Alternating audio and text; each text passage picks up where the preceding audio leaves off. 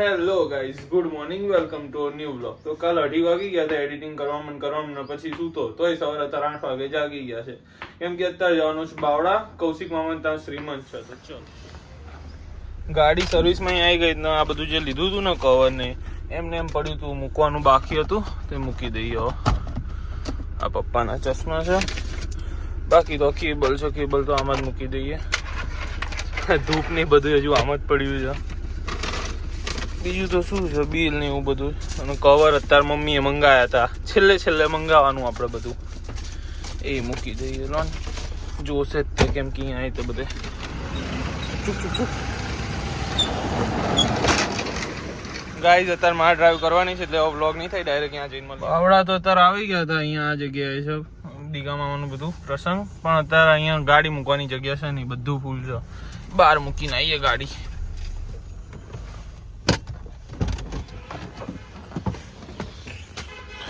ગાડી મૂકી દીધી છે, મિરર બંધ કરી દીધા.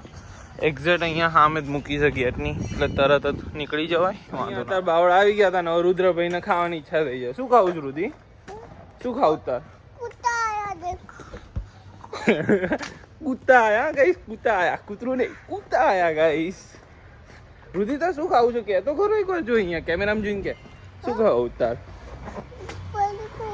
પલીકું ખાવું? ચલો પલીકું આમને લઈ દઈએ પહેલા. ઓકે ગાઈસ, બસ બીજું કઈ શું?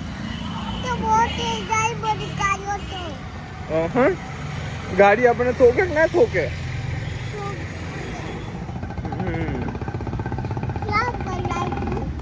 मैं ब्लॉग कर रहा हूँ, तू क्या कर रहा है? क्यों कचू नहीं कर रहा? हाँ? અત્યારે પડીકા લઈ લીધા છે ને એટલો કામચોર છે ને એને ખબર છે કે એને ખીચું નતું, એટલે મારે કાર્ગોમાં મુકાવડાવી દીધું છે અહીંયા બધું. ચાલો હરામી. હા વાળો હજુ હાઈ પાડે છે. શું જો મને રસ્તો બતાવે. 11:15 બધું પતી ગયું. અહીંયા રાખ્યું છે હોટલે, તો જવાનું ત્યાં બેબી શાવરનું બધું છે. બધા નીકળ્યા હવે. અત્યારે અહીંયા હોટલે પહોંચી ગયા છે. અરે જિંજર હોટલે રાખ્યું છે અને ગાડી બહાર મૂકવી પડી આપણે, કેમ કે અંદર અહીંયા બધું ફૂલ છે. ચલો ઉપર જઈએ.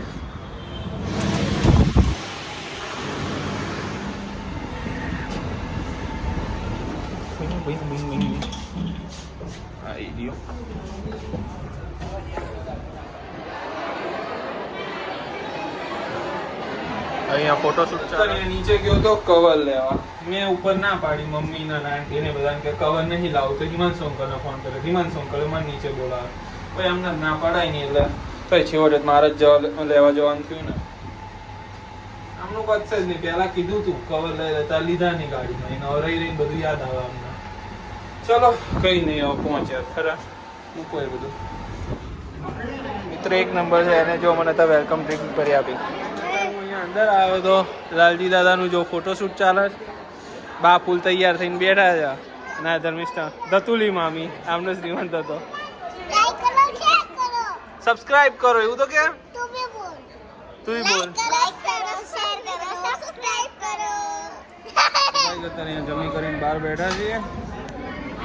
પપ્પા એમને કીધું 5-10 મિનિટમાં આવે, પણ હજુ અડધો કલાક થઈ ગયો, કોઈ આવ્યો નહીં. આવે એટલે નીકળી આવો જલ્દી, તરત કંટાળ્યો હું.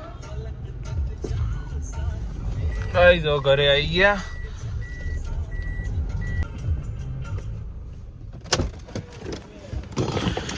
હા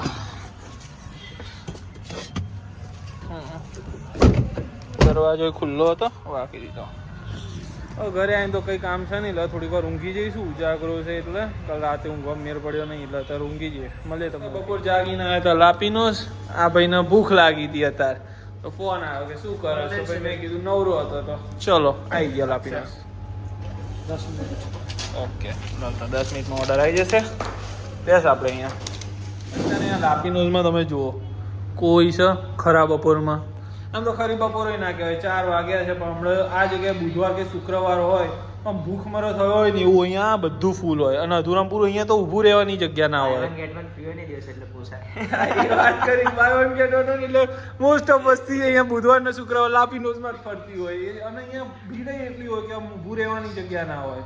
ચલો ઓર્ડર આવે એટલે આપણો ઓર્ડર આવી ગયો છે. મળીએ હવે તમને જમીન. ઘરે આવી ગયો છું. દક્ષ જશે હવે એના ઘરે અને આપણે ત્યાં અંદરથી નાડા પડીએ.